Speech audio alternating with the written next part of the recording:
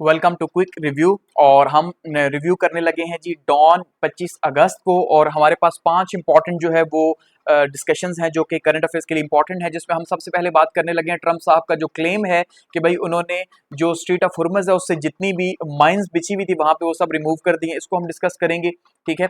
इसके साथ साथ हम ये देखेंगे जो इमरान खान साहब की जो अपील थी, बेसिकली उनकी सिस्टर्स ने की थी कंटेम्प्ट ऑफ कोर्ट की प्ली, वो जो है वो मंजूर हुई है 16 सितंबर की। इसको हम डिस्कस करेंगे, ठीक है। इसके साथ साथ जो ट्रम्प साहब है वो कह रहे हैं भाई डी डे जो है अब अमेरिका कह रहा है हम मनाएंगे ईरान के खिलाफ, यानी पाबंदियां जो लगेंगी, जिसका हमने कल भी जिक्र किया था, उसको डिस्कस करेंगे कि उसके हवाले से क्या बातचीत जो है वो की गई है। और साथ में हमारे पास जो कॉलम है वो बहुत इंपॉर्टेंट है, जो कि यूएनएससी जो है यूनाइटेड नेशन की जो सिक्योरिटी काउंसिल है उसकी रिफॉर्म्स के हवाले से डॉक्टर राशिद वली जंजुआ साहब जो है इनका कॉलम है, इसको हम डिस्कस करेंगे, ठीक है। तो सबसे पहले ट्रम्प साहब क्या कह रहे हैं, कहते हैं भाई कि हमने जितनी भी माइंस थी वो स्ट्रीट ऑफ हुर्मुज़ से रिमूव कर दी हैं, ठीक है। तो उन्होंने ये बात कही है भाई यूएस नेवी जो है उसने सब रिमूव कर दी हैं और अब जो है वेसल्स वगैरह जितनी भी हैं वो सारी आराम से यहाँ से गुजर सकेंगी, ठीक है। और उन्होंने इसी को जो है वो कहा कि भाई साथ पूरा ट्वीट कर दिया कि अब हमारी जीरो टॉलरेंस पॉलिसी होगी, अब अगर उन्होंने कुछ किया तो हम उन्हें बिल्कुल नहीं छोड़ेंगे। एक तो इकोनॉमिक पाबंदियां लगाएंगे तो पूरा ट्वीट है, लेकिन क्वेश्चन ये है कि भाई माइंस अगर रिमूव भी कर दिए तो ईरान तो गुजरने नहीं देगा किसी को, तो वो गुजरेगा कैसे। सो इसका मतलब ये है कि ट्रम्प साहब जो है वो बार बार सेम चीजें ही रिपीट कर रहे हैं और ईरान भी इसको जो है वो कह रहा है भाई कि आप जो है वो इतने ही अगर पावरफुल हैं तो आप हमारे खिलाफ डी डे क्यों जो है वो मना रहे हैं, ठीक है।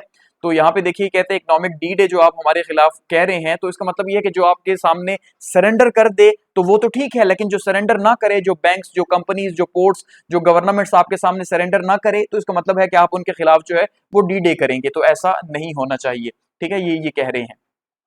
अब डी डे के हवाले से यानी यूएस क्या अनाउंस कर रहा है जी, यूएस कह रहा है कि भाई हम जो है वो इकोनॉमिक ऑन स्लॉट करेंगे ईरान के ऊपर, ठीक है। हम इसके ऊपर जो है वो हमला करेंगे, इकोनॉमिक हमला, और इसको वो नाम दे रहे हैं डी डे का।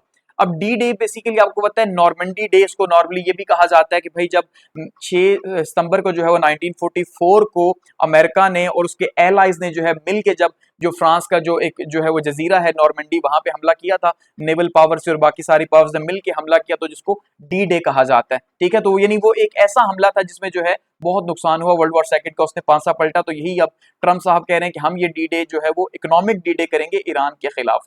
जबकि दूसरी साइड पे चाइना जो है वो कह रहा है भाई हम आपकी पाबंदियों को नहीं देखेंगे, हम अपने इंटरेस्ट को देखेंगे, क्योंकि सबसे ज्यादा आपको पता है इस टाइम पे जो ट्रेड हो रही है वो चाइना की हो रही है, चाइना ट्रेड ले रहा है। तो प्रेसिडेंट ट्रम्प साहब जो है उन्होंने मंडे को ये अनाउंस किया है, ठीक है। वो ये कह रहे हैं भाई कि अब 6 महीने की वॉर तो हो चुकी है, अब आप देख रहे हैं।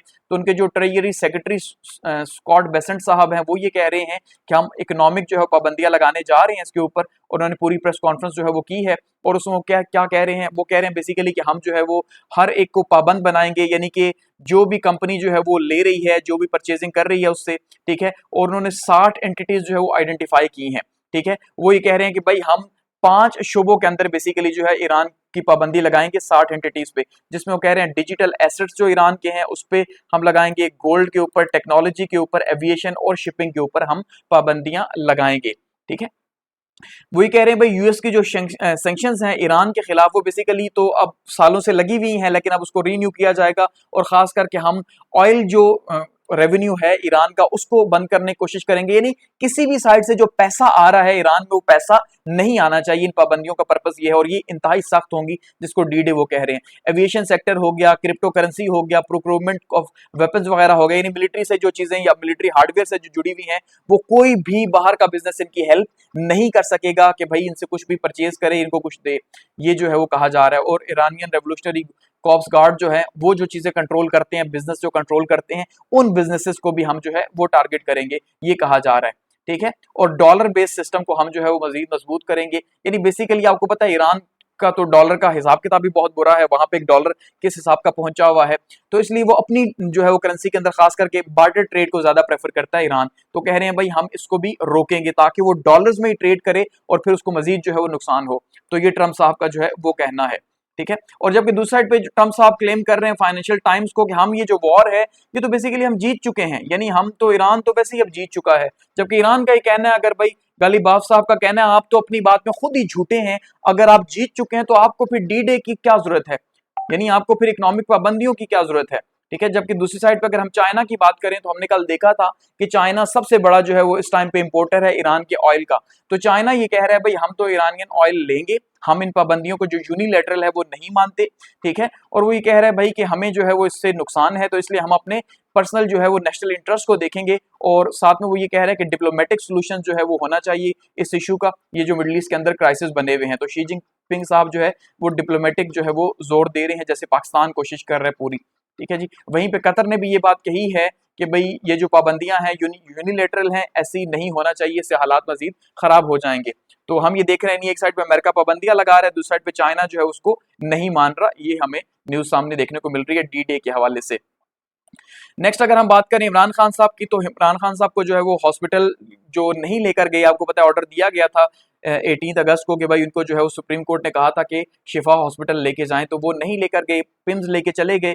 तो इसलिए जो है अब उनकी जो बहन है डॉक्टर उज़मा खान, उन्होंने जो है जो फाइल पिटिशन की थी कंटेम्प्ट की हुकूमत के खिलाफ, तो वो 16 सितंबर को जो है वो लगी है उसको कि भाई 16 सितंबर को हम आपका ये केस सुनेंगे, ठीक है। तो क्योंकि जो 8 अगस्त का उनका ऑर्डर था तो वो नहीं माना गया, तो अब ये वही जो बेंच है जस्टिस शाहिद वहीद साहब का, जस्टिस नईम अख्तर साहब का और साथ में जस्टिस इश्तियाक इब्राहिम साहब का, यही जो है वो सुनेगा बेसिकली कि भाई आपने हमारी बात क्यों नहीं सुनी। और इससे पहले की इस्तदा की गई थी, लेकिन वो इससे पहले कह रहे हैं भाई सुप्रीम कोर्ट के अंदर जो है वो टाइम नहीं है। वहीं पे इस्लामाबाद कमिश्नर साहब ने भी आपको पता है भाई इसको चैलेंज किया हुआ है, लेकिन उनको भी अभी जो है वो टाइम नहीं दिया गया। तो अब इस हवाले से पीटीआई जो है जी वो कह रही है कि हम जो है वो इंतजार करेंगे और देखेंगे कि भाई सुप्रीम कोर्ट क्या फैसला करती है और फिर उसके अकॉर्डिंगली हम बढ़ेंगे आगे, ठीक है। नेक्स्ट हमारे पास जो है वो है जी यूनाइटेड नेशन सिक्योरिटी काउंसिल की रिफॉर्म्स। ये हिस्ट्री को मिला के और फलसफे को मिला के कुछ इन्होंने जो है वो लिखा है।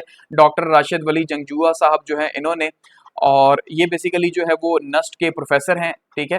तो ये क्या कह रहे हैं, ये कह रहे हैं भाई जो यूनाइटेड नेशन है, यानी बेसिकली जो इनका पूरा का पूरा जो कॉलम है वो घूमता है यूएनएससी की रिफॉर्म्स के ऊपर कि भाई जो यूनाइटेड नेशन सिक्योरिटी काउंसिल है वो पैसिव हो चुकी है, तो वो क्यों नहीं काम कर रही।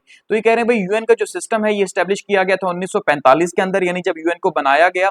और कहते हैं ये रिफ्लेक्ट करता है हॉबिज्म को। हॉबिज्म का क्या मतलब है, पॉलिटिकल साइंस में आपने पढ़ा होगा, थॉमस हॉब्स साहब जो है वो इंग्लिश एक फिलोसोफर थे जिन्होंने ये कहा था कि भाई इंसान बाय नेचर जो है, जो स्टेट ऑफ नेचर थी उसमें इंतहाई क्रूल था, जालिम था, सेल्फिश था, तो उसको कंट्रोल करने के लिए ताकत की जरूरत है। सी लेविथियन का इन्होंने कॉन्सेप्ट दिया था। तो ये कह रहे हैं भाई कि उन्होंने बताया कि भाई ताकतवर यानी जो है वही कंट्रोल करेगा चीजों को, तो ये इससे एसोसिएट कर रहे हैं हॉबिज्म से, ठीक है। और वो कह रहे हैं कि भाई बेसिकली जो यूएन का चार्टर है वो सिर्फ 5 जो पावर्स हैं जिनके पास वीटो पावर्स हैं उन्हीं ने ही बनाया और उन्हीं को ये फायदा हो रहा है और वो अपने ही फायदे के लिए जो है वो इसको यूज कर रहे हैं, ठीक है। वो ये कह रहे हैं कि भाई जो यूएन का आर्टिकल 2.4 है जो ये कहता है कि आप किसी भी दूसरे मुल्क पे हमला नहीं करेंगे, उसकी सुवरेनिटी पे हमला नहीं करेंगे, तो यहाँ पे तो उसको देखा ही नहीं जा रहा, जैसे अमेरिका ने ईरान पे कर दिया या जब भी उसका दिल करता है तो कर देता है। तो ये बहुत गलत बात है और ये जो वीटो पावर है ये सिर्फ 5 पावर्स के पास है, तो ये भी ठीक नहीं है, ये कहना चाह रहे हैं, ठीक है।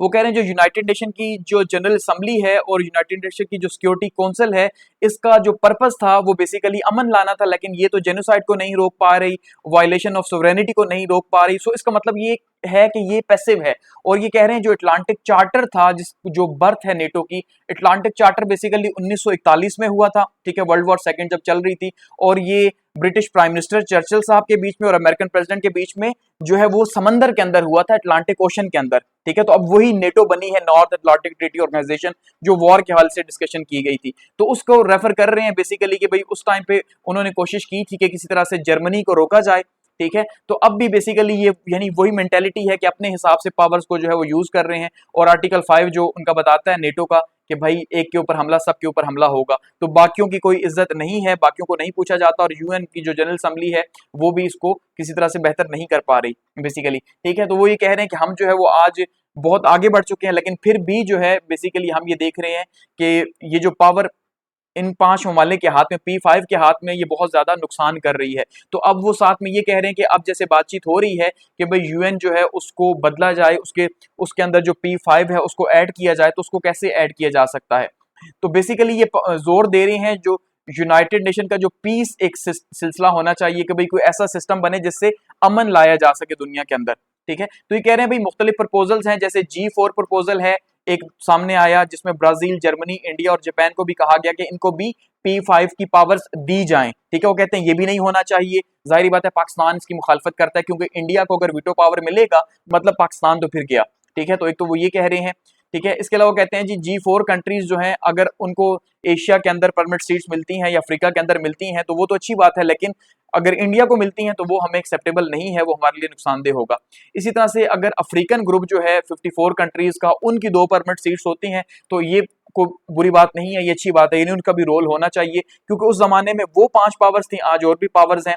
इसी तरह से फ्रांस मैक्सिको एक इनिशिएटिव है P5 का। ठीक है, वो कह रहे हैं वो भी ठीक नहीं है। फिर ये कहते हैं यूनाइटेड फॉर पीस जो है, ये UFC का जो कॉन्सेप्ट है ये पाकिस्तान ने दिया, तो कहते हैं ये बेहतर है, यानी पाकिस्तान का जो प्रपोजल है इसको कह रहे हैं ये बेहतर है, जिसको पाकिस्तान ने जो है प्रपोज किया, और इसके अंदर जो है आपने देखा इटली है, मैक्सिको, अर्जेंटीना, कनाडा और साउथ कोरिया जो है इसने जो है बेसिकली इसको माना कि हाँ भाई ऐसा होना चाहिए, और बाकी एक्सपेंशन को पाकिस्तान रिजेक्ट करता है परमानेंट, यानी P5 की पावर्स को नहीं बढ़ाना चाहिए, बल्कि ऐसा मैकेनिज्म आए जिसमें जो है वो पीस के लिए हम यूनाइटेड हो, जो पाकिस्तान ने प्रपोजल दिया। तो ये रिफॉर्म्स जो है वो बेसिकली बेहतर हैं यूएन के लिए, बजाय इसके कि आप इंडिया को मेंबरशिप दे दें, ठीक है, ब्राजील को दे दें, तो इससे तो हमें उल्टा नुकसान है। गो के ये पावरफुल कंट्रीज हैं, लेकिन रीजन वाइज तो हमें बहुत बड़ा नुकसान है। तो ये कहना चाह रहे हैं। ठीक है, और वो ये कह रहे हैं भाई कि अब किस तरह से यूएन को हम बेहतर कर सकते हैं बेसिकली, और किस तरह से यूएन जो है वो इस तरह का मैकेनिज्म बनाए कि जिसमें वो जेनोसाइड्स को रोक सके, और ये जो सोवरेनिटी की खिलाफ वर्जियां बार बार होती हैं इसको जो है वो रोका जा सके। ठीक है, वो कहते हैं जैसे ट्रीटीज हैं NPT, नॉन प्रोलिफरेशन ट्रीटी, जिसमें आप एटमी फैलाव नहीं कर सकते, कोई मुल्क किसी की हेल्प नहीं कर सकता, या CTBT है, कंप्लीटली जो है टेस्ट बैंड ट्रीटी जो है, इसको भी इस तरह का जो है वो कोई सिस्टम बनाना चाहिए यूएन का भी। तो बेसिकली हिस्ट्री के सामने रख के इन्होंने एक चीज पे जोर दिया है, और वो ये है कि यूएन की रिफॉर्म्स वो होनी चाहिए जो पाकिस्तान ने यूएफसी यूनाइटेड पीस का जो है वो एक कॉन्सेप्ट दिया है कि जेनोसाइड वगैरह रोक सके। ठीक है, तो ये हमारे पास आज जो है वो ऐसी न्यूज थी जो कि डिस्कस करना जरूरी।